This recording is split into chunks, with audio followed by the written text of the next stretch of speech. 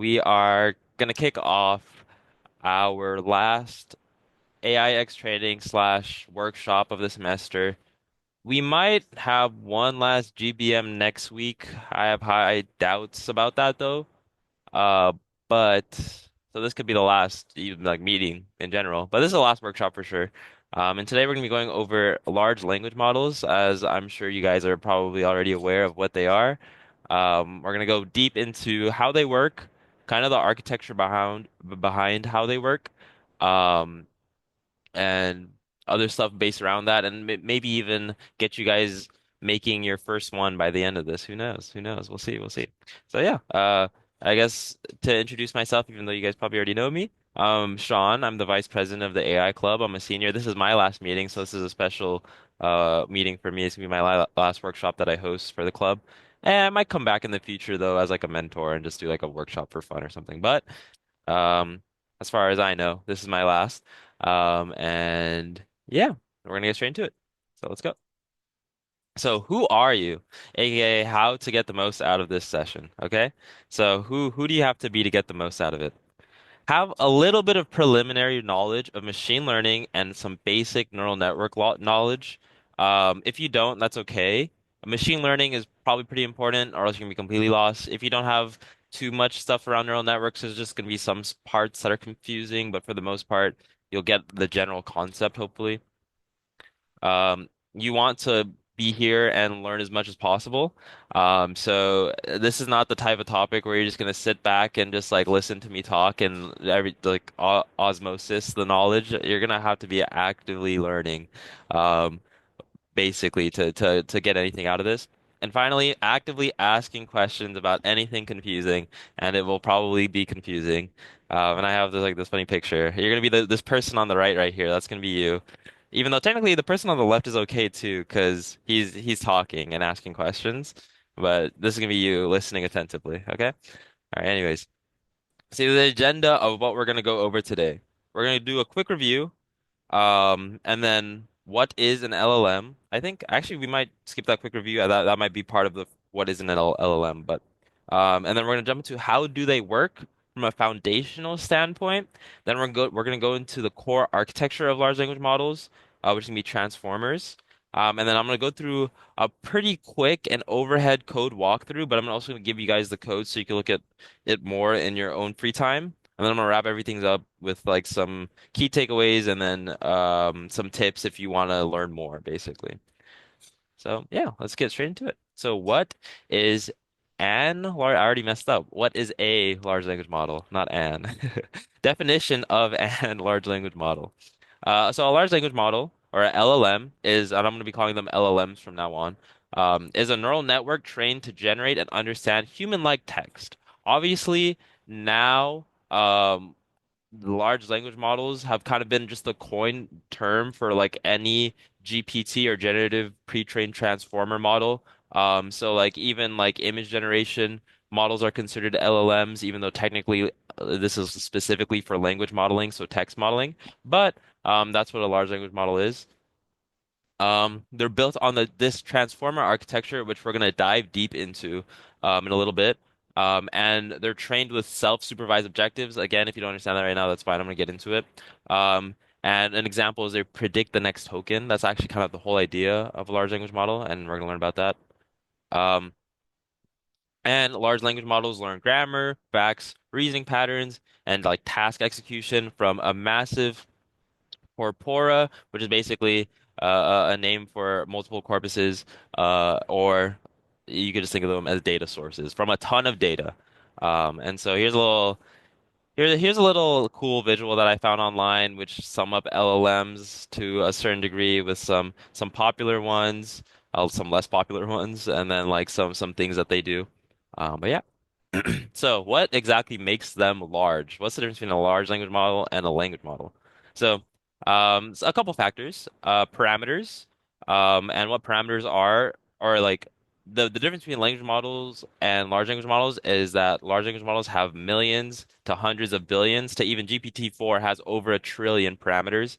And if you don't know what a parameter is, it's basically just think of it as a part of a neural network that is changing when the neural network is learning. So, um, in large language models, they're going to have a ton of different parts, and this is how large language models are kind of able to contextualize what's given to it. Obviously, a ton of data. They're like I said, they're trained on massive corpora. So these are some examples of data sets that huge large language models are trained on. A lot of the biggest ones we don't even know because obviously they've been privatized, but a lot of them are said to be literally trained on like a percentage of the whole internet, which is kind of insane. Um, and so, yeah. And then they have a lot of compute, which basically means in layman terms, they take a lot of resources. I'm sure you guys know that they take GPUs to train, and they could be training on 10,000 plus GPUs and still take sometimes tr weeks or months to finish training. And so yeah. And the thing about large language models is that they have huge scaling capabilities, which means that a lot of the emergent stuff these days that we're seeing is like really advanced reasoning, some cool translation, and like now they're even able to code for us. Okay. So, okay, time to get into the spicy stuff. How do large language models work? So, just the foundations, we're going to get into the architecture, which is basically how it's all really working, but how do they work?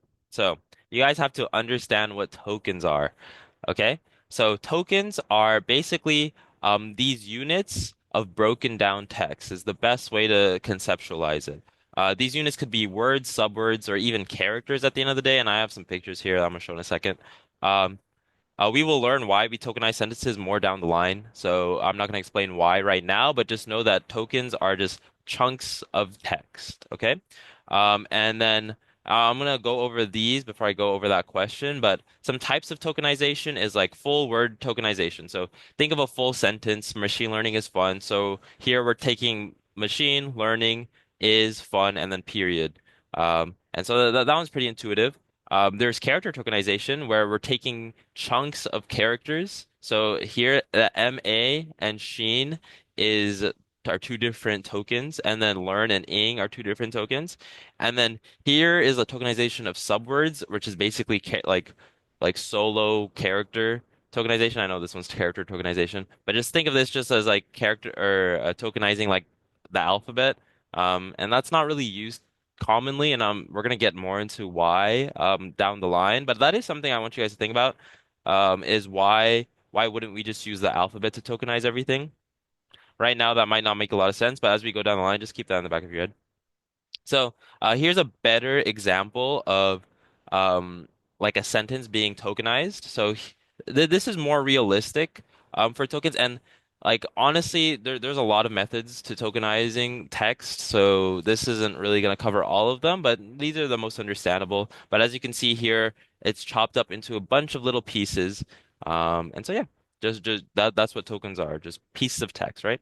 So another important thing that we're gonna need to know for today are what are embeddings? This is a huge one.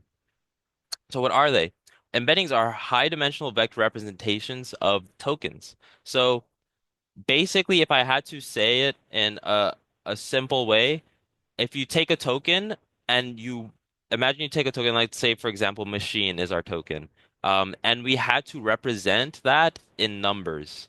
So that's what embeddings are. We're embedding the meaning of the word machine into a space using numbers. And I'm going to go a little bit more in depth about that, but in the simplest way, that's what it is, right? So think of them as the model's way of understanding meaning numerically, right? So a lot of a lot of the way that like we actually our machines are able to understand words semantically is through these embeddings by embedding these words and tokens into embedding spaces because say for example we have something like New York and Big Apple. We know like Big Apple is a nickname for New York, right? Well, if we semantically try to represent them using like a normal Sorry, I heard a noise.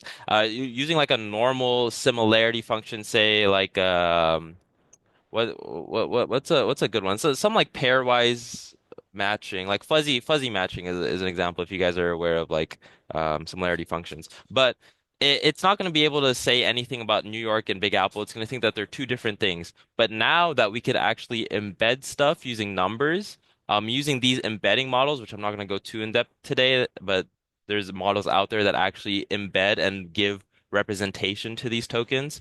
Um, Now those two vectors are going to be able to be compared more similarly in comparison to not, right? So I kind of went in depth there, but honestly, just a general overview, just think of them as turning words or tokens into numbers. And these numbers are vectors, so it's just a ton of numbers, right? So why we use them, they let the model understand semantic relationships between words, like kind of what I just explained. So, for example, a cool thing about these embeddings is that now that we have representations as numbers, these representations, we're seeing a lot of similarities to how we actually think, right? So, for example, words like king and queen, man and woman end up near each other in the embedding space. And I'm going to show an example of this right now, actually. I'm just going to skip past this, but here we have an example of an embedding space. And here are all the different vectors of a bunch of random words. So as you can see, we have man, grandfather, boy, adult, child, woman, girl, infant, right? Um, if we notice, and these were all embedded by an embedding model, but if we notice, look at this gap between boy and man, right? That's kind of showing, like I would say it's about 5 units of difference if we're just looking at the graph here. And then look at the difference between child and adult. Again, 5 units on this y-axis, and girl and woman, 5 units on this y-axis. So it's almost like we could take boy and then add some like +5 to get to the adult version, whichever one that may be. And so this is like a cool conclusion of these embedding models, or like not a conclusion, but a cool, I guess, representation. Basically, like it allows us to better represent a lot of these words semantically, and it shows these patterns that are similar to how we look at things. And so you can see that that's a pretty cool comparison. How these vectors actually look, like this is age by gender, so this is a two-dimensional vector. As I said up here, the embedding vectors are usually from 768 up to 1200 and 288 dimensions, and I'm pretty sure modern models might have way more than that. So this is what they actually look like, and so there's no way to really represent them on like a graph. Um, but if we just had to put it in a way where we could represent it, this gives us a good idea of how they really work. And so there's an issue though. Um, how do we know if the embedding apple is representing the fruit or the company? And this is where I'm gonna whip out the pen, and I'm writing a lot on these slides. So say like apple is right here, right? This is apple.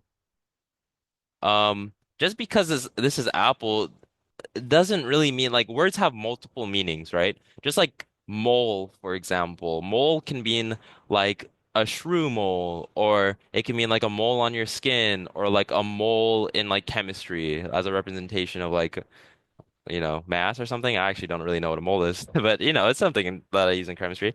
But like these words still have multiple meanings, but they have to be represented in this embedding space all in the same way.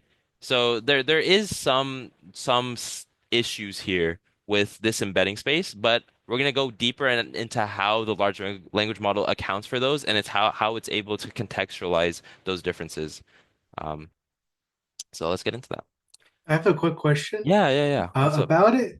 So since like Apple and whatnot, Big Apple, Yeah. how about different languages? Because they also have different kind of things. Like, is it more complex? Is that why DeepSeek? I believe when DeepSeek first came out, it only had English and Chinese, like when it first came out. Are you asking if like different languages like make embedding things a little bit harder? Yeah.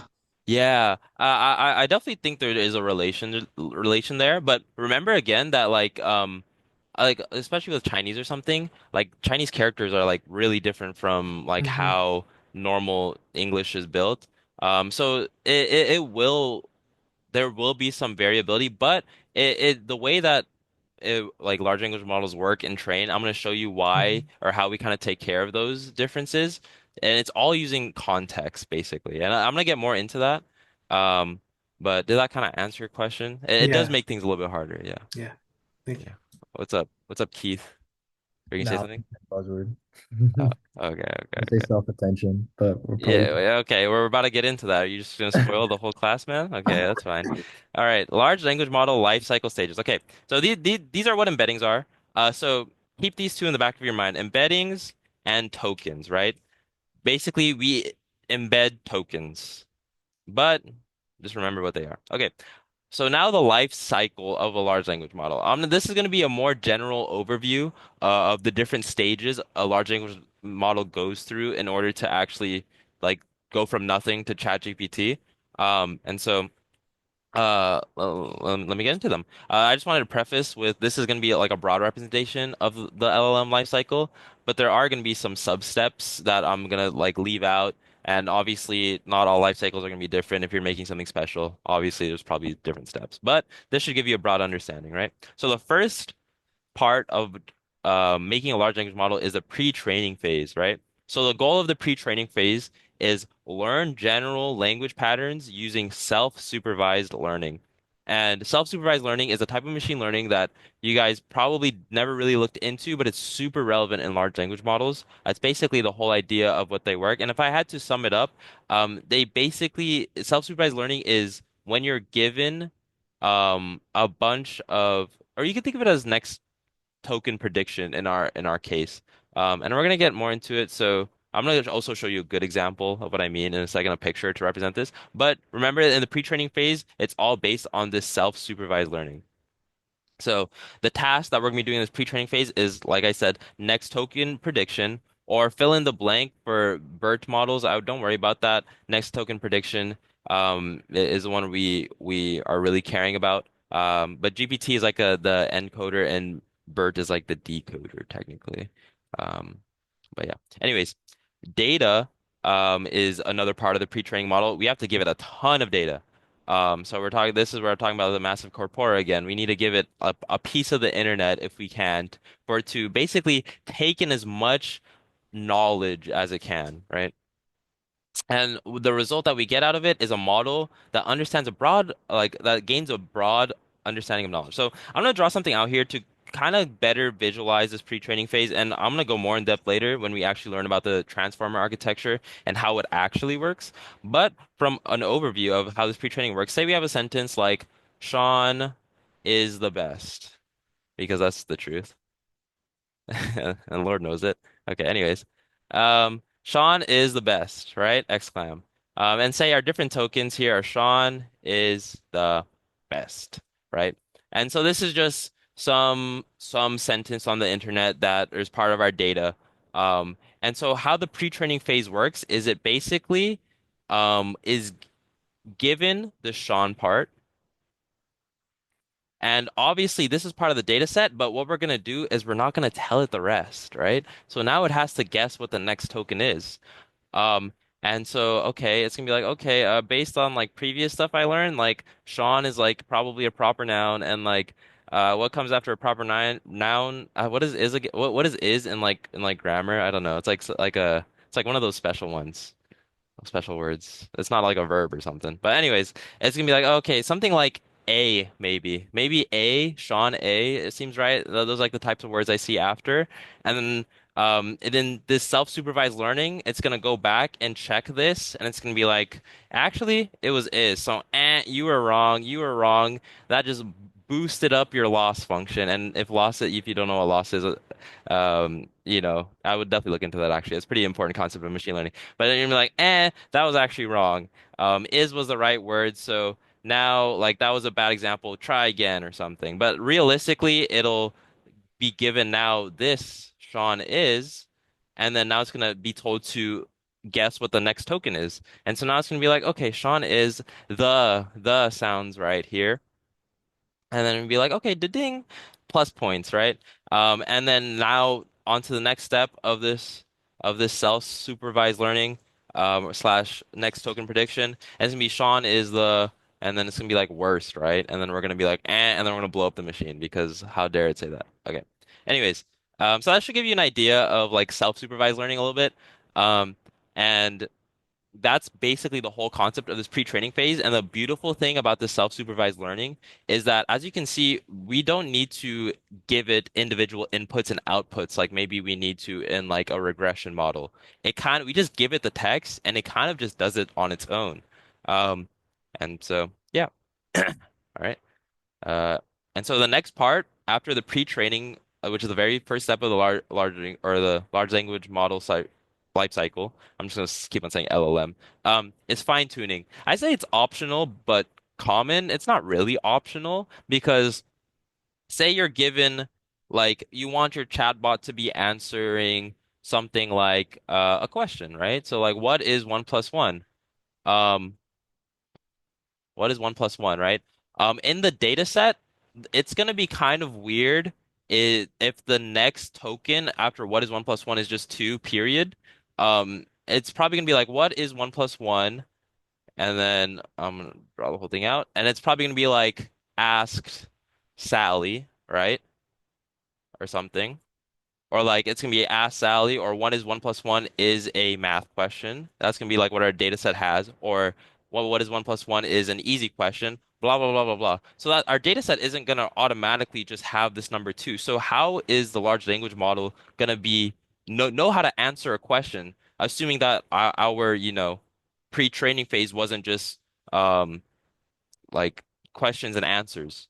It's going to be through this fine-tuning step. We're basically going to have a step where we kind of turn this model through a supervised learning algorithm to make sure that it's able to accomplish what we want. Maybe we don't want exactly a model that answers questions, but we want a text summarization model. So if you like give it text, it's going to specialize in summarizing the text, and we're going to achieve that ability through fine-tuning this model, right? So let me go a little bit more in depth to what fine tuning actually is.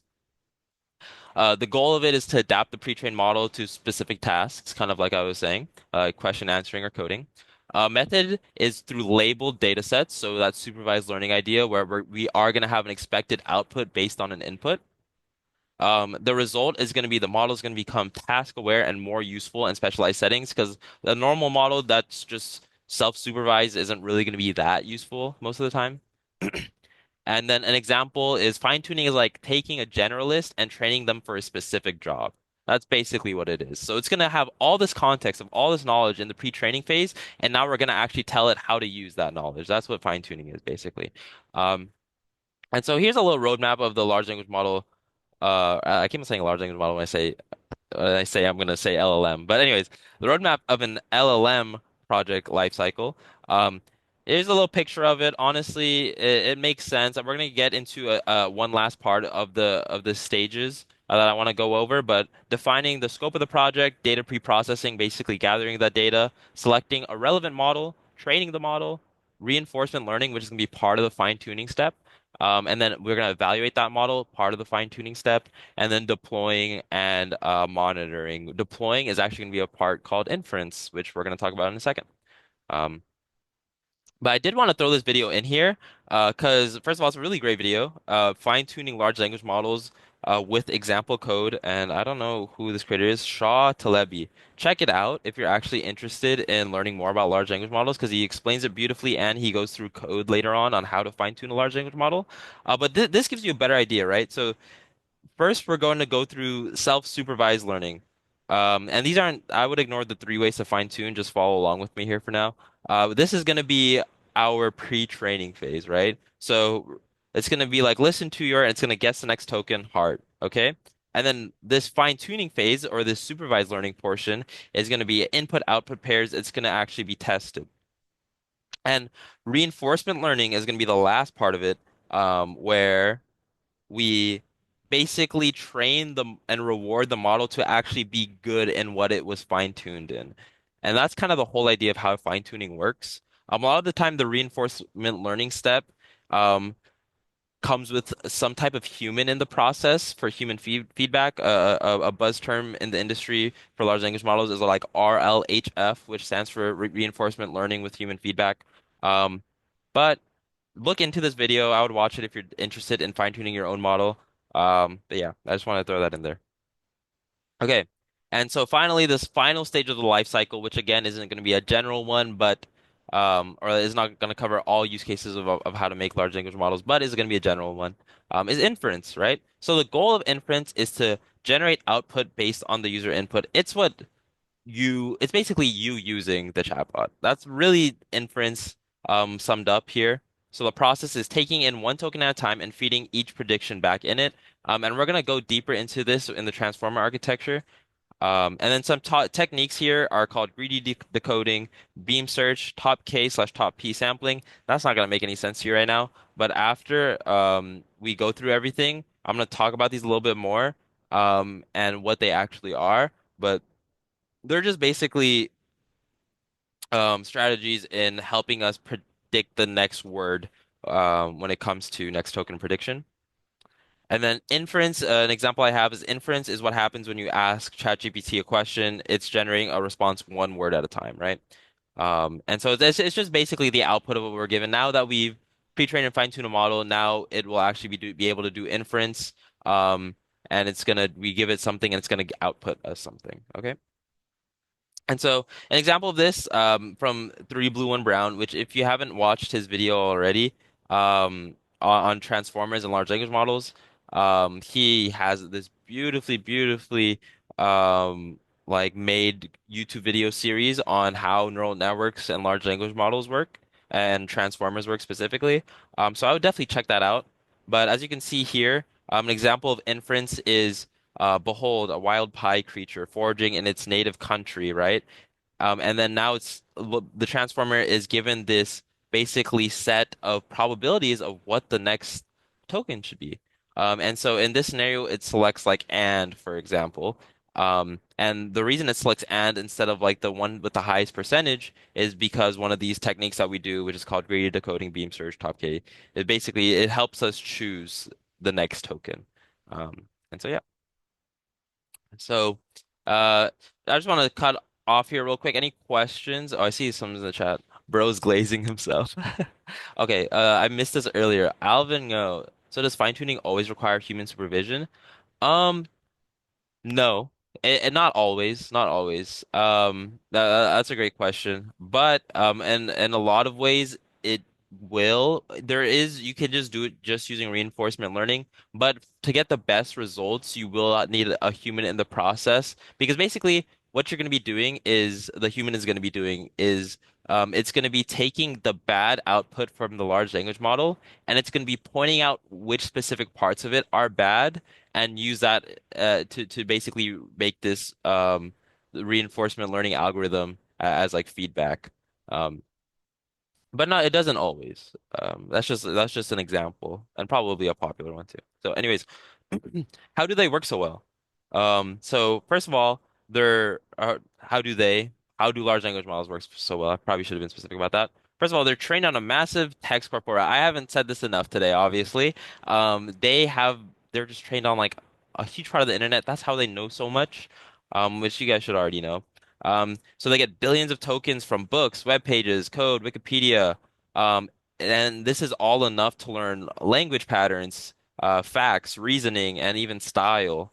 Um, it's through self-supervised learning, as what we've gone over, which means models are learning by predicting missing text or next tokens, which means that there's no need for this label data, making large-scale training feasible, which I kind of went over when I went over supervised learning. But basically, if you now we could just throw all the tests or te text at it, and we don't have to clean it up anymore. We just throw it at it, and it's able to pre-train on that text and it has a deep and wide architecture, which means there's many layers, many parameters, and transformers, and we're going to learn about transformers actually like right now, scale extremely well with data and compute, which compute again is like GPUs and stuff, right? And so this is a large language model.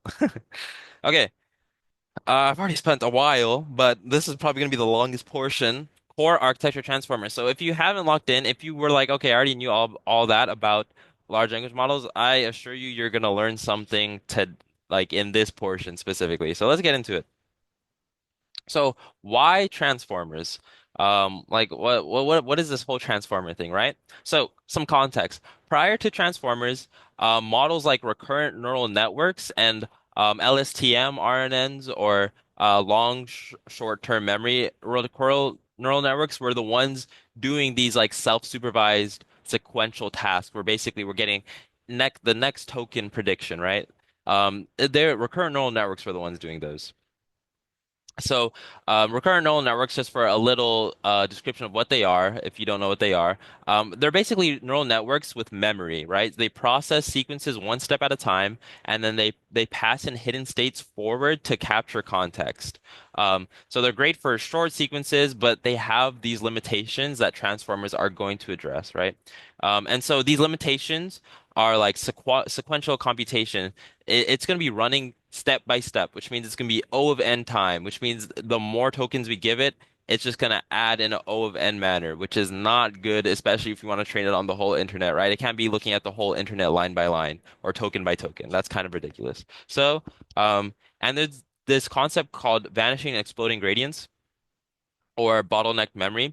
That's actually were two different things, but vanishing exploding gradients is basically this idea, and if you know about neural networks, oh wait, sorry, I missed a question. So, do we have to account for any bias in fine tuning? I'm assuming, and yes, that is actually one of the main reasons people fine tune large language models, which is why fine tuning isn't really an optional thing, is because there is a lot of just bias out there, and so when the large language model is outputting biased stuff, a human usually has to be in there in the loop to basically be like, no, that's wrong, and feed that to the reinforcement learning algorithm. So sorry for the late response on that. But anyways, so these recurrent neural networks, they originally worked by taking in, just imagine just next token prediction on a one by one basis where we're taking all the hidden states in the past and we're feeding that into this current state and now we're predicting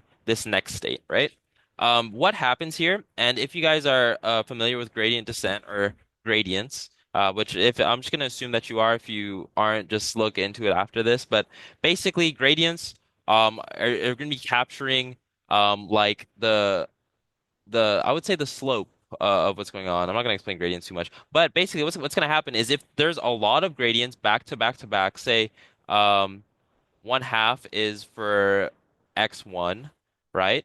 And then we're going to be multiplying that with this next portion is going to be one half times x2, right? Is equal to one fourth x3, and that's going to be like our third prediction, right? This is a bad example of it. This is not actually what vanishing exploding gradients are, but this is conceptually how it works, and I probably shouldn't be drawing over that stuff. So basically, the idea of exploding or vanishing gradients is that we're capturing gradients and we're multiplying them together, and if there's a ton in a row, and say there's like a billion of one halves in a row, then it's just gonna go to zero. And all of a sudden, the output is not going to be representative of all the context before it. It's just going to be like a zero. Basically, it just vanishes, right? Or if other way around, let's say if there's things a little bit higher than one, so like 1.1 times 1.1, I didn't mean to put a comma there, times 1.1, and do that like a billion times, then this is going to be like infinity basically, and it's not going to be representable. And so this was another problem with recurrent neural networks is it's sequential modeling. Incorporating these gradients basically made it to where it wasn't able to take in a ton of context because then gradients would either explode or vanish, right? And all of a sudden they didn't really mean anything. Um, and yeah, so how do transformers address that, right? Attention is all you need, and that's where Keith had to jump in, but it's fine. Attention is all you need. If if there was one takeaway from the video today or the workshop today, I would say it's to go and read this paper because this is basically the birthstone of Transformers. It was made by Google in 2017, and it was originally to address that recurrent neural network problem that I was talking about, but so many people have found the capabilities behind this transformer model. Are actually amazing, and now they're using it for like image generation and stuff like that. Um, But basically, it was a huge breakthrough, and transformers removed recurrence and relied entirely on this concept called attention, which is processing the entire sequence, so the entire sequence of recurrent neural networks, but in parallel. Okay? And so, um, search up the paper. It's public online. All you have to do is attention all you need paper, and you'll see the link on archive. I would definitely read through it if you actually want to know how this works, because today I'm going to talk over it in a very high level overview because I could literally spend 2 hours just diving into each part of the paper, probably like more than 2 hours. But um, oh yeah, I would definitely look into it. But attention is all you need is where this transformer architecture comes from. And this is the architecture on the right, which I know this can be a little daunting and be like, what the heck are all these like different boxes and words and stuff doesn't even make sense. I'm gonna get into it. And again, we're gonna talk about it from a high level. So first of all, attention or this transformer is built on an encoder and decoder structure, right? So first of all, I want to say this is the encoder right here. Okay, so that is the encoder.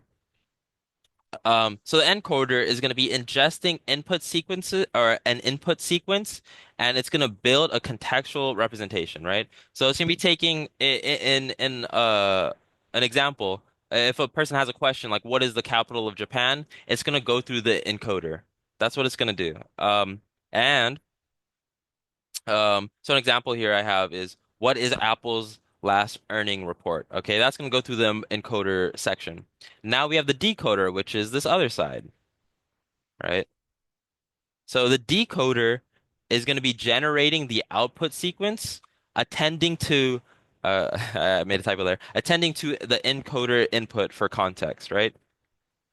So basically, an example of a decoder output would be Apple's earning is 20 billion in quarter one or something, right?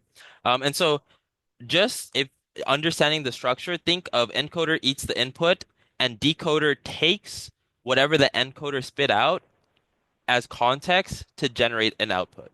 That's a good way to look at it. Okay. So later we're going to explore this mass multi-head attention because that is how you get this next token prediction that we were talking about this whole time. But we're going to go through each step of this or each little thing here. So you guys should hopefully understand by the end. So let me get rid of this. Let me go through some key components, right?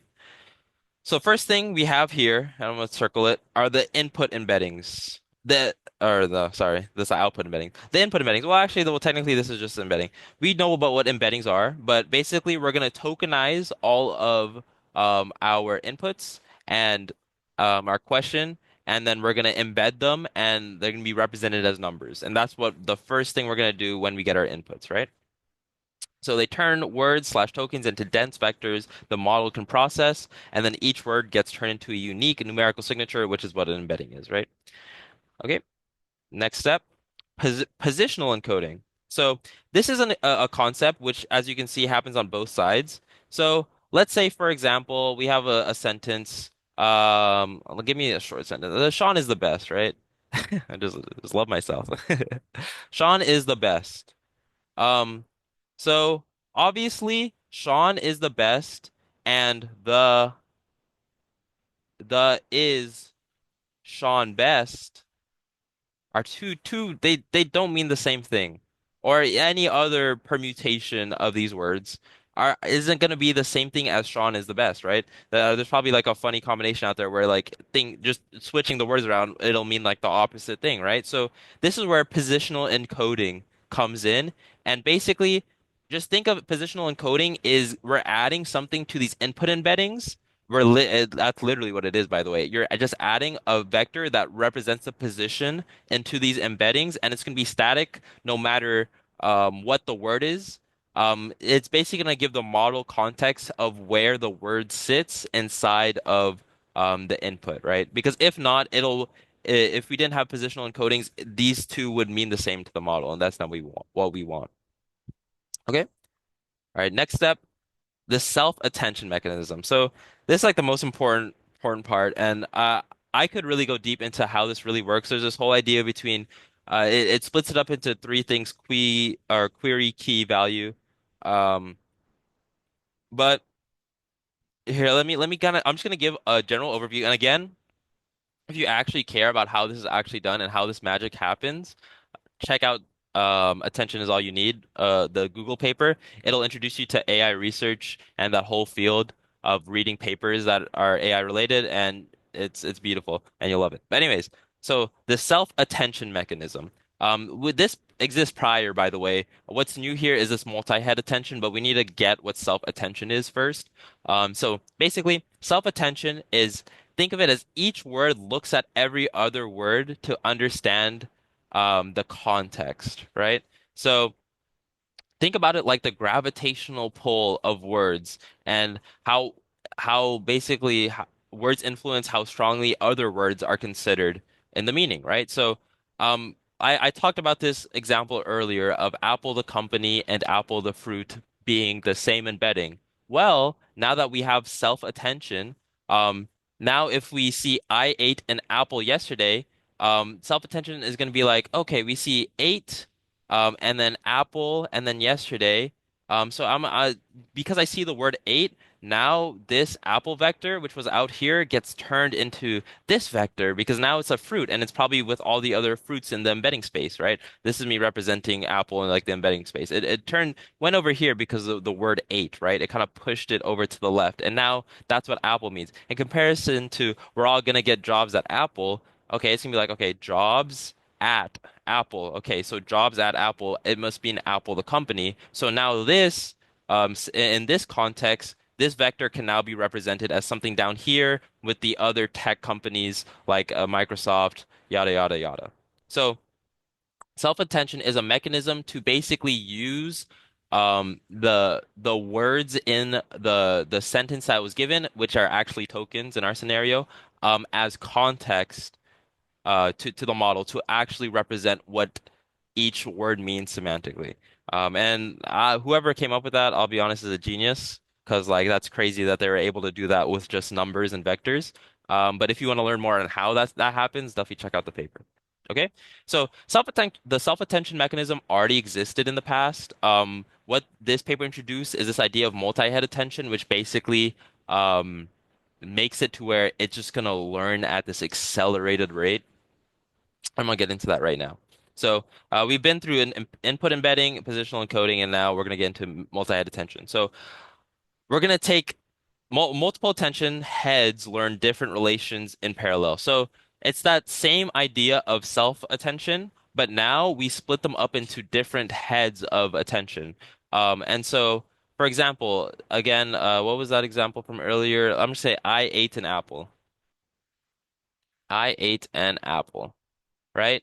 Instead of just being like running through the attention once and then gathering all the information from this sentence, instead they're gonna basically repeat this like three times, and they're gonna do there's stuff that you can do like dropping certain words, and it's more specific in the paper. I don't really want to get too into it because that's how you get confused. But basically it gets duplicated and now we have multiple heads, and these multiple heads serve as looking at the same sentence from different perspectives. That's the best way to look at it. So by splitting up the heads into like multiple heads, for example, three in our case, now it's gonna look at I ate an apple from one way or the other way or the other way, maybe from the perspective of Apple. Okay, I ate an. Okay, cool. Okay, that's I have a lot of context on those. Or maybe it's gonna center around the word or the token I, like, okay, ate an apple. How does that relate to me? Or and it's gonna basically hyper fixate on parts of the sentence to gather as much context as it can from a single query embedding. I know that might be kind of confusing, and that's a really, really high level look at it. Again, this is like what most of the paper is on. So if you're interested on how it really works, check out the paper. But think of them splitting the heads into multiple attention to basically gather a view of a query from all these different angles to get as much context as possible. Okay? All right.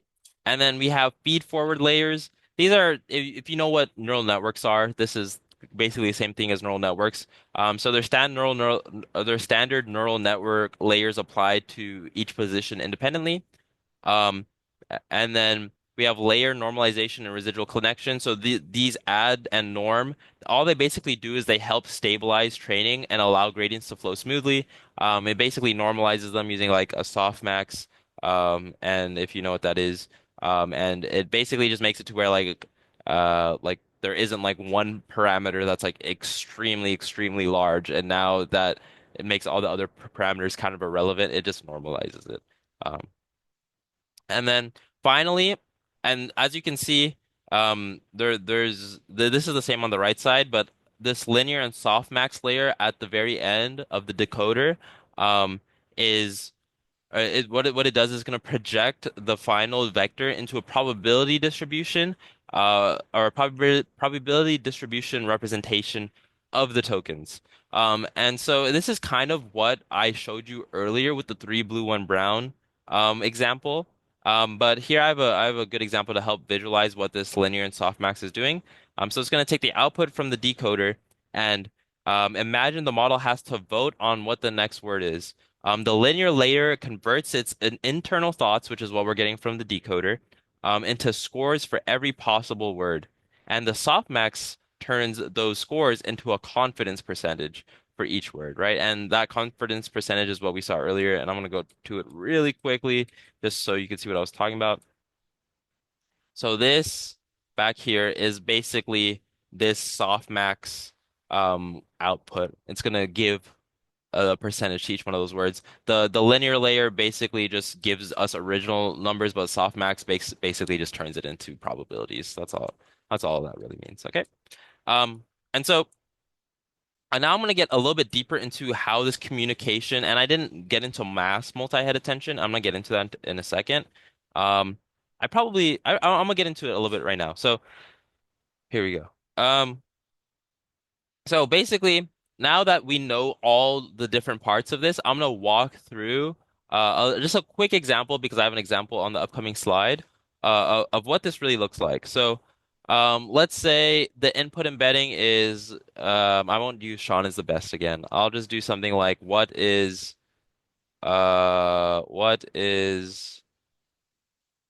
capital of Japan? Sure, right? And honestly, you know what? I'm gonna go over this really quickly, but we're literally gonna go through another example on the next slide, so don't worry about it. But basically, we take this, we turn it into input embeddings, and then we add positional encodings onto it, right? And then we turn it like we feed it to the multi-head attention, so now it actually knows what and has context on what each word actually means in this sentence. We're going to give it to a feed forward layer, and we're going to normalize it, and then we're going to give that as context to this decoder, which is going to basically do the same thing. But it's going to only, as you can see, it takes in two, and then the third thing that it's taking in is going to be this mass multi-head attention. And I should explain what this is really quickly before we get into the next slide. Um, so this mass multi-head attention is multi-head attention, but as you can see, we have inputs and outputs, right? So that question I had, what is the capital of Japan? The output is going to be Tokyo, right? And actually, realistically, I'm gonna get into this in the next slide again. I keep on saying that, but it's gonna be a start. Ooh, let me clear this real quick. It's going to be more represented as like a start of sentence token. So that's what this token is. And then it's going to be Tokyo, period, and then end of sentence token, right? And so all we're going to feed to it at the start is the start of sentence, right? And so basically, in this pre-training phase, it knows what these other three are. But what the mass multi-head attention does is all it does is it is the same as multi-head attention, except now you can't look at words ahead of it, right? So if we did mass multi-head attention for this, for example, and the whole sentence is what is the capital of Japan, it would just look at it, is the right? And it's not going to know the rest. And how it does this, it goes more into the paper on how it actually does this. But this is super important for output embeddings because if we're pre-training something and we're just giving it basically the solution of what the next thing is, kind of defeats the whole purpose, right? So that's why this multi-head attention is masked, and it's basically it only knows what was given to it up to the word. So an example, for example, the word right now is the. So it's just given what is, and it's not given the rest, and it's given the context, and this is where this arrow comes in. It's given the context from the encoder. So what the question is. So in this example, I kind of messed it up a little bit. We're gonna go into a better example, but what is the is going to be added to whatever this context is to give us those outputs. Okay. Um, so hopefully that wasn't too confusing. I probably could explain that better. But well, we're gonna get into a step-by-step example of how this thing is actually trained. So architecture training. Um, Tokenization, first part. So here's my example. Who wrote the play Hamlet? Question mark. Obviously, real token examples are is probably going to be split up, not word by word like this, or character tokenization is probably going to be a little bit different, but it's fine. And then the output is going to be William Shakespeare, right? And so we're going to add those special tokens that I showed in that last slide. So realistically, the encoder input with the special tokens is going to be a start of sentence token to indicate it's the start of sentence. Who wrote the play Hamlet? End of sentence token. And this is the same thing is done to the decoder input, right? And so, for example, in this scenario, let's say the decoder input was SOS William Shakespeare, it was start of sentence William Shakespeare. The next target would be the end of sentence token. Okay? And I'm gonna go into how it kind of learns that right now. So we're gonna go step by step of this example through this transformer architecture to really understand how it works. So encoder, the encoder reads the input sequence, process it through self-attention layers, and generates the contextual embedding for each token. All right, these embeddings capture the meaning of the entire question, especially associating Hamlet with wrote and play, right? So this is exactly what I was talking about in the previous slides. We're gonna take take in the input, and we're gonna use this masked multi-head or not masked, but multi-head attention or self-attention to better contextualize what everything really means in the sentence. And so what the decoder is going to do is the decoder, we're just going to give it the start of sentence token, right? And then we're basically going to tell it, okay, like, guess the rest. Um, and so um, what I put here is the coder takes the token start of sentence and attends to the encoder's output to generate the first prediction, William. So when I say attends the encoder's output, I'm talking about this right here. So we're giving it this whole who wrote the play Hamlet plus this start of sentence token, and then now we're expecting it to generate the next token, right? And hopefully the first generation is William, right? Okay. So I'm gonna clear this up so we could move on to the next thing. Okay, and then on the next step, the decoder is going to take in SOS William and then hopefully generate Shakespeare, right? So this is this idea of next token prediction. One thing I wanted to add here was um, notice how on the next step we didn't feed it anything to the encoder anymore. Why? Why did we not put the query back into the encoder? Because we don't need to. That we encoded the query once. You were just repeating steps there. So now we have that encoder output, and we're constantly just feeding that in this decoder system, and it's going to be outputting us next tokens. Okay. So now we're going to give it the start of sentence and William, and hopefully it generates Shakespeare, right? Finally, it receives start of sentence, William Shakespeare, and hopefully it generates the end of sentence token to indicate the end of the answer, right? So how does the model learn to generate the next token? It's going to be through loss calculation. So basically, we're going to compare the whatever the decoder outputs to the target. So let's say in our scenario, it says SOS William was the decoder input. So that was this was put in here. And then it's given the opportunity to guess the next word. Let's say it's like William, I don't know, another famous William. William Shaun, right? Um, and basically how we're gonna teach it that Sean is wrong is just through a loss mechanism. And if you know machine learning, you should understand the concept of loss already. But definitely look into it if you don't. It's very important. And it's everywhere in machine learning. But anyways, and so we're gonna compare this to the predicted one, which is gonna hopefully be Shakespeare in this example, or as we see here, the end of sentence. Oh, sorry. So I actually have an example here, so I didn't have to do this. But so the predicted was going to be William Shakespeare EOS, our end of sentence, and our target, we hit it, is William Shakespeare end of sentence. But we compute cross entropy loss at each token position to just make sure that the model is learning where it's going wrong, and it's trying to just decrease the loss as much as possible. Um, okay. So I'm gonna clear all the drawings. I know I'm going a little bit over time, so if anybody has to dip, it's 7:01. Feel free to. I'm gonna upload this afterwards, but please stay if you don't have to go because there's a whole code walkthrough which will give you a better idea of how this actually works. Um, okay, so now for the architecture inference. So now that we know how the architecture is trained, how transformers are trained, how is it just able to output, like what are the steps that it takes to output the next token? So then coder processes. So in our example, who wrote the play Hamlet? And then now we're just gonna all we like we don't know. Like this could be any question, by the way. We don't know.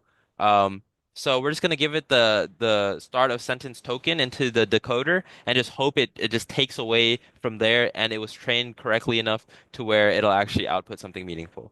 Um, so in our scenario, okay, it predicts William. So now that it predicted William, we throw that back into the decoder input. That goes back, that circles back around, and I want to draw here because I love drawing.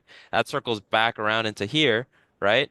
Um, and then now it predicts Shakespeare. So again, now we input it back into the start of the decoder, and it just goes through this loop until it hits an end of sentence token. That's basically what it does, okay? And then finally, the next thing it predicts is the end of sentence token. And then it's done. It's done. Okay. So that was just an overview of the transformer architecture. If you didn't understand that, I completely understand. It is a lot to understand. And even though went at it from a really, really high level overview, I didn't really get into how self-attention really works. Um, it's still a confusing concept. I won't lie to you. Google researchers came up with this, people with PhDs. It's not just something that you're just gonna understand by looking at it straight up. But it is something that everyone here can understand. And it just takes time. So if you're feeling like, oh shoot, I don't really know what's going on right now, don't you're not feeling alone, trust me. This isn't really the easiest concept to take up, but you guys should at least have a good understanding of this encoder decoder structure, and how they're using this mechanism called attention to contextualize the text, and basically that leads to an output from the decoder. Okay. So yeah. Now I'm gonna go through a code walkthrough. So this is gonna be pretty quick, and I'm actually gonna put the Google Colab in the chat, so you guys could have it. And I have here in the YouTube video that this will be posted. I will also put it in the description. So there, I just put it in the chat right here. We're gonna explore this right now, though. This is a Jupyter notebook that I created. It's very, very, very, very well documented. So that being said, just because you read the documentation or go through it doesn't mean you actually know what it does. So definitely, and I'll talk about this more at the end actually. But here we go. Let's walk through it a little bit. So as you can see here, all I'm using is Torch. So if you haven't used PyTorch before, sorry. If you haven't used PyTorch before and you're super interested in learning about large language models, I would definitely look into it. It's kind of the de facto standard when it comes to making them from scratch. at least. If you're fine tuning, you might not even need to use it, but you probably do. So here we have some hyperparameters. These aren't like actual these are some things that we instantiate and they don't change throughout the model. They're not going to be the parameters that are being updated and like the vectors that are being updated throughout the process. And so let me go through the different ones. The vocab size. So this is going to be the number of unique tokens in your data set. Um, so this is a great question, and I want to ask it to you guys. Why, now that you understand what tokens are, why don't you think we just tokenize everything with one character? For example, A, B, C, D, E, dot, dot, dot to Z. Why don't you think we do that? And I'm just gonna take any answer from the chat. Just give it your best shot. Honestly, I don't expect you to get the correct answer, but just guess. And if you don't know, say you don't know in the chat. But give me a guess on why don't you think this is the common way to tokenize everything? Because if you're just looking at character by character, it makes sense for us to tokenize it A, B, C, D like the alphabet, right? So give us a guess. Anyone, give me a guess, please, please, please. If you say you don't know, I'll take that. I'm fishing for something here. Come on, give me something. Give me something. Okay. Okay. Thank you. Thank you. Thank you. Hard to identify meaning. You're on the right track, that's for sure. It would take too long? Yes, that is actually you're on the right track. Too Han, many tokens. too many what? So one, it's too many tokens, so it take too long. Also, if you have like bigger tokens, that means you have more context. Yes. Well, n the more context is Well, it yeah, depends I because think I get what you're saying. depending on the softmax probabilities, yeah, you'd have to. It'd Yeah. be easier if you have bigger tokens. Exactly, exactly. Okay, you're That's on the right why, track. yeah, Okay. that's why OpenAI uses them when they tokenize. They tokenize like whole like two words at a time, maybe a Hmm. couple sentences at a time. Exactly, exactly. Actually, a lot of the way that tokens are even being made these days is like it'd be like D, E, and then like star, star, right? Yeah. And then like these stars just represent like any two random letters that could go there. And it just this just opens up to how many things. But everyone was along the right track. Good job, guys, honestly. But basically, the reason we don't tokenize in this fashion is because first of all, it is hard to identify meaning. Like it having just a, let's say Shaun is the best again, because that's the best example that there is. Shaun is the best, right? Obviously, we have three S's here. Um, and so it's going to be super hard for the model to be able to contextualize based on just singular tokens. To be like, okay, I guess this S and this S are different and this S based on like the stuff around it, but like it's just not enough. Or it's like too little. It's too little, basically. But on the other side of that is that it basically makes each one of the token embeddings just too broad, which is kind of the same idea as what I was trying to say. But it would also take too long because if we're doing token by token prediction, and if we're guessing singular letters, that's kind of insane. Um, and one important factor that I don't think anybody really mentioned, maybe Keith did, is that it's really limiting. So we only have 26 tokens here, right? That's super limiting to what we could work with. Um, like if we decide to even just bump it up to like two like chunks of two, right? SH or IS or TH, that just like expands it even more. I wonder actually exactly how much that expands it by. So if we have like 26 letters and then we take the permutation of every combination of two letters, how much is that? I don't know. That's a quick problem. Whenever somebody figures that out, throw it in the chat, and whoever wins gets a prize. But anyways, I'm just interested. Okay. Anyways, so that was a question that you guys did a pretty good job in answering. This D model is basically the size of the embedding vector. This is going to be um like that humongous size from like 700 up to 12,000 up to even more than that. Um but in this example we're just doing 128 because we're not trying to like, blow up my computer, you know. And then this is the number of attention heads. So in that multi-head like attention mechanism, I kind of split it up into three. You could do more than three if you want. You could do two.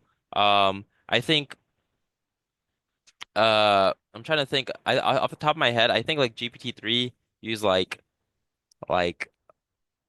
96 or something. I don't know. Like so there's a big range of the number of heads that you could use to basically capture the meaning or context from all these different angles, from all these different heads. Um, and then we have the number of layers. So one thing I didn't really cover today is basically the nice thing about these transformer blocks, it's able to capture this context in a cool way. But another thing about it is that they stack and they stack nicely as well. And so we could actually add multiple transformer layers and kind of speed up this process or basically, yeah, speed up the process. And so this number of layers is the number of transformer blocks. The block size is the length of input sequence the model will look at, or the context window. Because realistically, if we're giving a model input, we don't want to give it like a billion tokens. That's gonna the self-attention mechanism is gonna like throw up on itself. So we probably want to limit the size. That being said, I bet you these large like actual large language models, this is a humongous size anyways. But like oh yeah, I mean like the context window for like Gemini 2, for example, is 2 million tokens. So that's kind of insane. Anyways, and then dropout. This is regularization to prevent overfitting. This is just like a common neural network overfitting strategy. I'm not going to get too into it. And then here I have the rest of what we talked about covered in code, and I'm not gonna go line by line because obviously if I go line by line, it's gonna take me like 3 hours. And there's actually a 3 hour video I'm gonna recommend to you guys if you want to make your own large language model. But this resource or this code should be well documented enough to give you the idea of what everything does. So here we have the positional encoding block. So it adds the information about the position to the tokens in the sequence, as we talked about. We have the attention block here, so this is that whole self-attention mechanism. Um, and I mean, just even looking at, we could get the context just from looking at um, some of the aspects of it. So, like for example, we initialize it, we have a number of heads and the dimension for each head, right? Um, and so, and then if you know about query key value, we see that here, we see the dropout and then the output. But anyways, um, then now we have these transformer blocks, which are its own classes. Then we have this full transformer model, which is gonna um actually, I want to go to the transformer block first because this one will relate very heavily with what we looked at.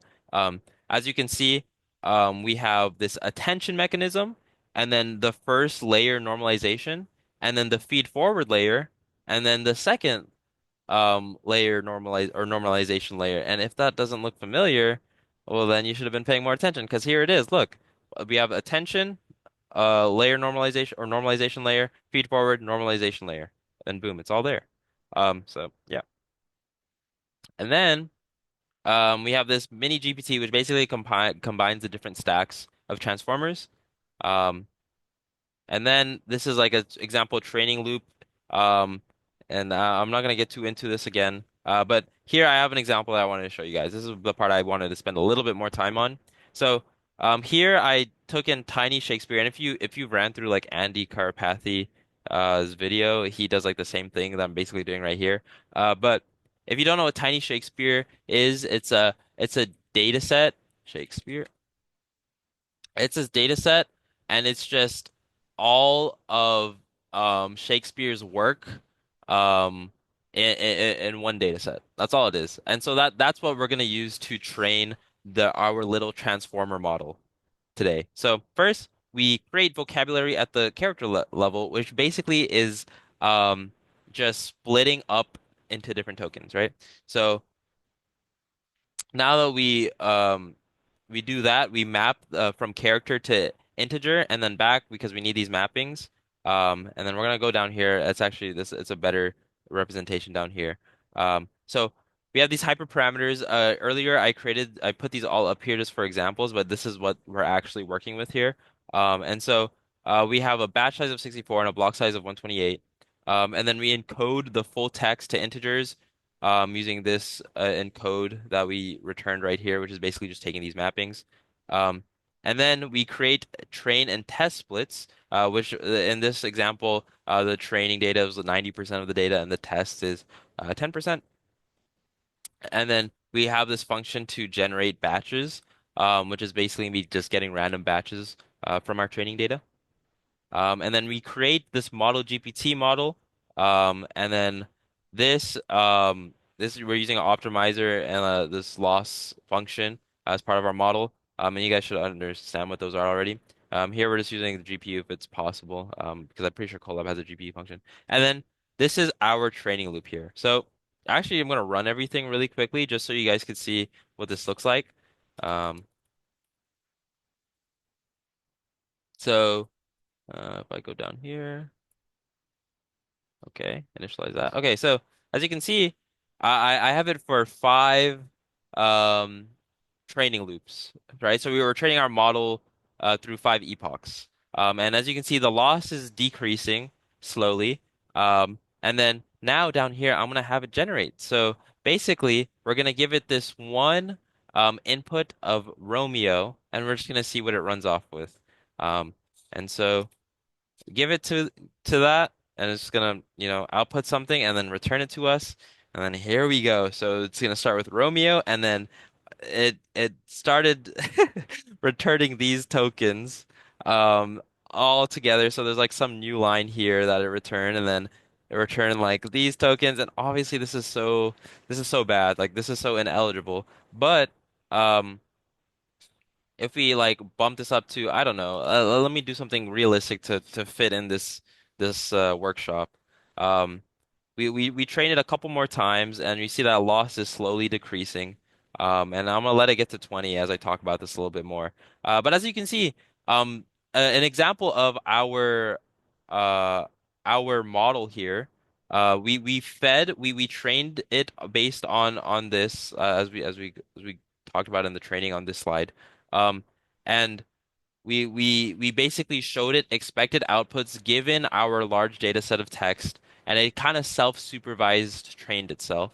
And now it's on this inference part where now we're just gonna give it something, and what we gave it is Romeo, and now it's just guessing based on what it's learned, what the next tokens will be. And so here we got down to a loss of 2.6, which is still horrible, but. Let's see. Maybe there we could squeak out a word in here. I doubt it. I don't think there's gonna be one single word that we could read. Oh, okay. Well, isn't one is one of the is one of the characters named Bruto? That might be really close. Let's see. Let's see if there's any other. Okay, this is almost Isle. Uh, I don't know. I don't even think it accomplished any words. But honestly, if we bump it up to like 100 epochs, which I'm not gonna do to save people's time, um, it's gonna start actually like outputting words, which is super cool. Um, but like it still will be ineligible. And like if we probably train it for like 1,000 epochs, maybe give it like leave it for a couple of hours, then we're actually gonna be able to see stuff that maybe resembles um something similar to what Shakespeare would have made. So. Like that then again, all we're doing here is a pre-training phase, so it's doing is that next token prediction. So the chance of it being actually good is not that high, but if we were to fine tune it, um we could probably actually get it to output something meaningful. But anyways, sure, collab, you're allowed notifications.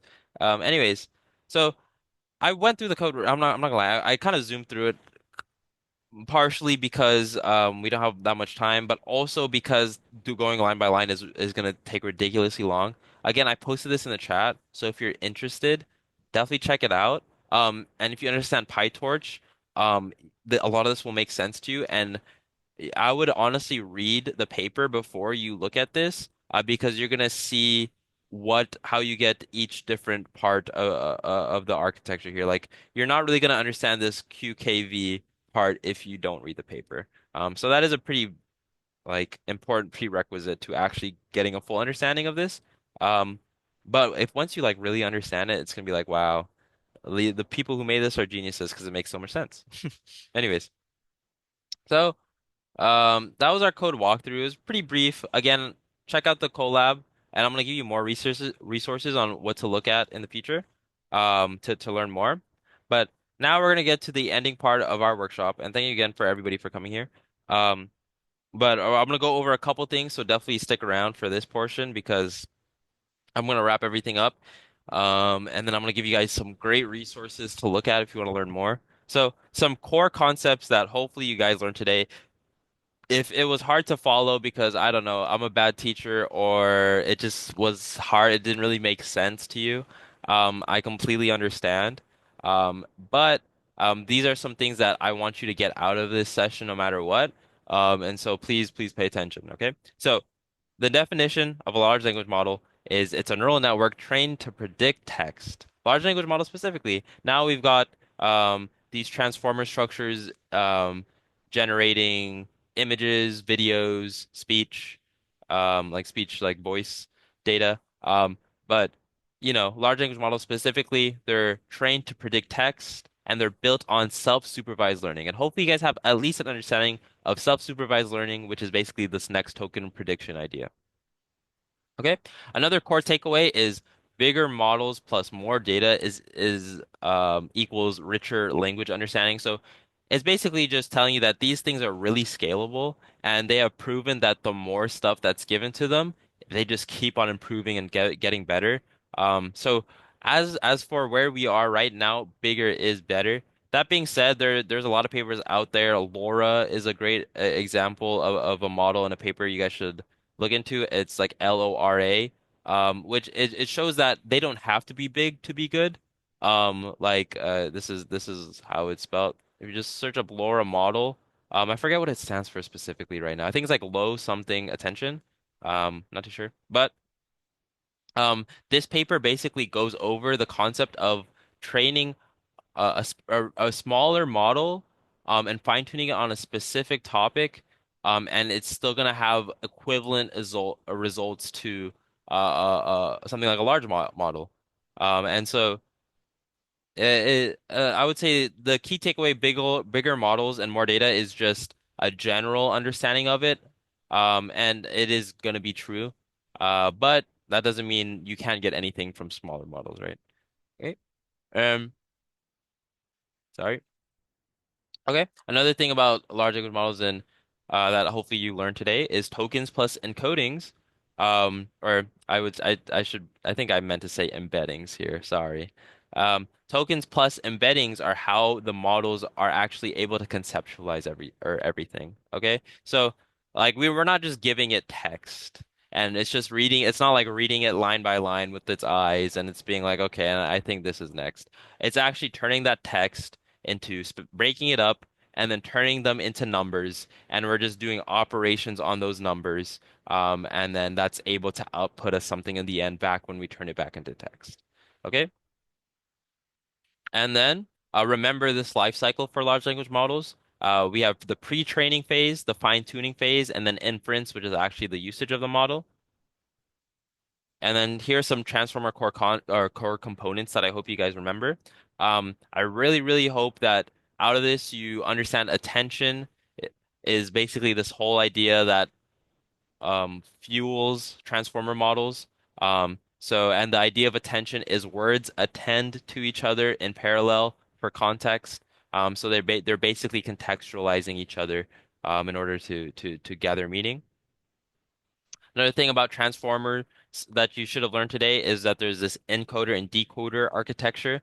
Um, and so the encoder ingests the original query input, and the decoder uses that as context along with what it's already generated to output the next token. And that's basically the whole idea. And another thing that I want you to learn, which we didn't really go over today, but it's another concept of transformers, is that they're really stackable. Oh, see, yeah, I do have it here. So, oh wait, no, I think I was talking about something else, but they are stackable. For example, GPT-3, it uses 96 transformers in its transformer block, which is crazy. So yeah, okay. And then I'm gonna get rid of Laura real quick. So finally, some tips and some next steps for you guys. I'm gonna close it out, and this is gonna be a quick knowledge bomb. Um, I would say if you're really interested in large language models and you want to learn more, start small. I know I'm kind of getting flash banged by my computer. There you go. Start small. Don't try to train like GPT-3 on like in one day. It's just not gonna work. Like make a small model on like a focused data set. So gather a data set. There's probably some data sets on Kaggle. I think there's great websites that I pointed out throughout this with data, like good data sets that you can use. But like choose a focused data set that you're interested in. So maybe it could be like movie reviews, frequently asked questions on like, I don't know, some video game blog, something like that.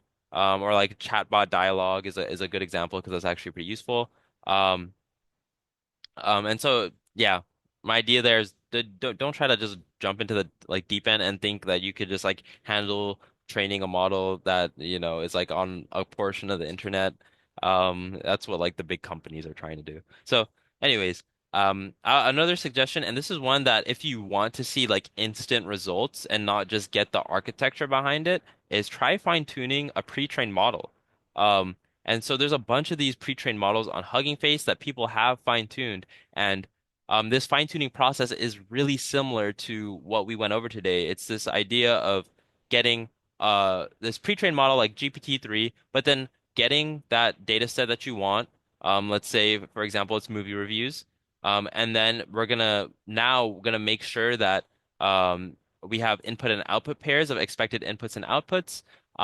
And then from there, we're gonna do some reinforcement learning with human feedback to make sure that everything is actually working out smoothly. And then you're gonna see some like pretty cool results. Like these models are basically able to answer the questions already, um, like pretty perfectly. Especially if the pre-trained model is like a good model, it probably already has like some ideas of how question answering works. So it gives you that boost if you want to jump into the space. Um, Now or next, pick the right task. I would say do something manageable. This is kind of also wrapped in with start small. So dude, but like now this is more like on like the content or the context of what you're doing it in. So do something like text classification, summarization, question answering. Don't try to do like make a large language model or a language model that is like good at solving complex math problems. Like I know that sounds the most interesting and like it probably you might have fun. You probably won't though, because it's gonna be really rough. Or like coding full apps from scratch, right? Don't dive into the deep end. You could do that eventually, right? But I would say just for the foundations and the fundamentals, start with something a little bit more realistic, I would say. Right? Okay. And then use online resources to learn more about this stuff, right? Hopefully, like you guys are here watching this right now, so obviously you're interested.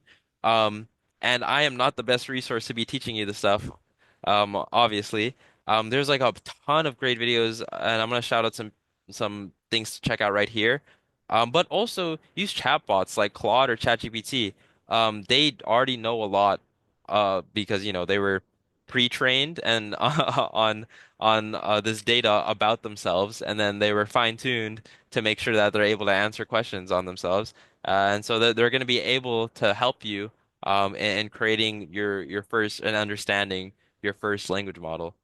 So don't be scared to use those, but I would definitely use online resources because a lot of this new or this technology is emerging. So a lot of the time, these large language models like ChatGPT aren't up to date with like the best ways to approach situations. So I would still stick to YouTube videos, forums, stuff like that. But use online resources. Okay. And I had to shout this guy out. I've talked about this guy probably like three different times. Check this person out, Andrej Karpathy. So if you don't know about him already, I consider him like the large language model godfather. I think he yes, praise, praise, It's praise. so funny. But he's basically I forget what his past is. I think he was like one of the founders to a really early on AI startup. It might have been one of the founding developers of like OpenAI even, I think. He Um worked at OpenAI. yeah, yeah, exactly. And so check out, he just gives out these free videos. And if I had to recommend you one, and it's his most popular one, it's Let's Build GPT from Scratch. And as you can see, I've already watched it.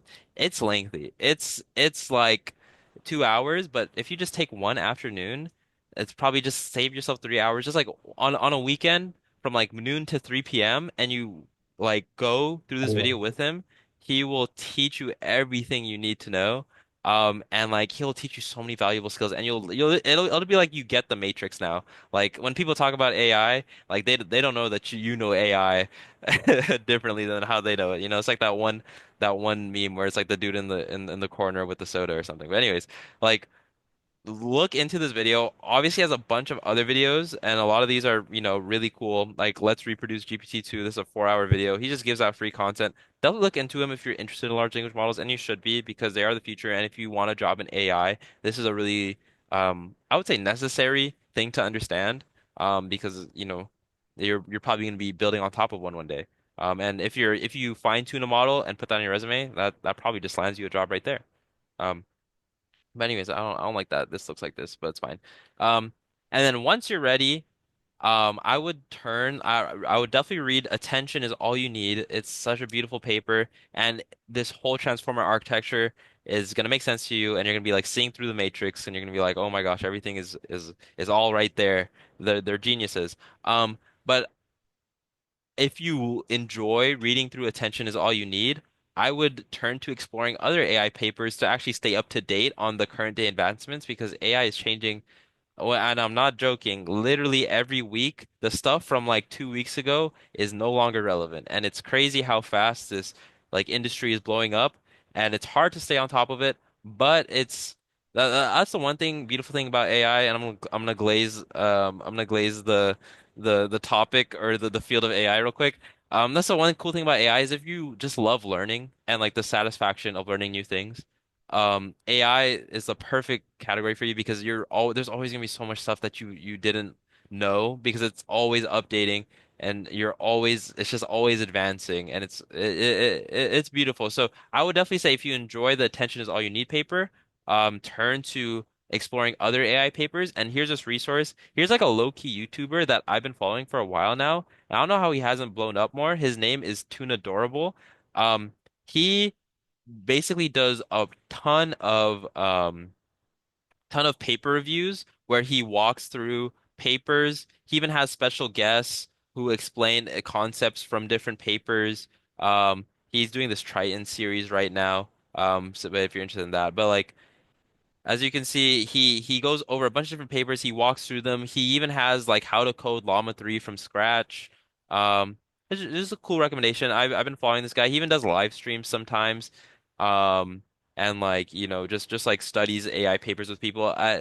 The whole idea, and I know I'm probably staying too long on this guy, but I think his whole idea of creating this in the first place was like it was a bet with his friend that he was actually gonna like learn about AI, and he turned into a YouTube channel. And so that we're just basically on this ride of seeing the new papers that come out every week, with him. So check this guy out, Tune Adorable, if you want to learn more about AI research and actually the advancements. And I think that's it. So yeah. Thank you everybody for coming today. This is the last time you'll ever see me ever again in your whole life. So, it was great. It was great meeting all of you. I'll miss you all. Stay if you have any questions. Also, I'm gonna drop my LinkedIn in the chat. Um, well, look at that handsome high schooler. So connect with me, if you haven't, and then I stay in touch. Obviously, you could reach out to me, via Discord too. You guys already know my Discord. So if you have any questions about anything, I love people when ask me, or I love it when people ask me AI related questions because it gives me an excuse to learn more about it. But yeah, I hope you guys enjoy the session. If you have any other questions, feel free to stay back. Other than that, I hope every one of you has a great rest of your nights. Okay, so take care. Thank you guys.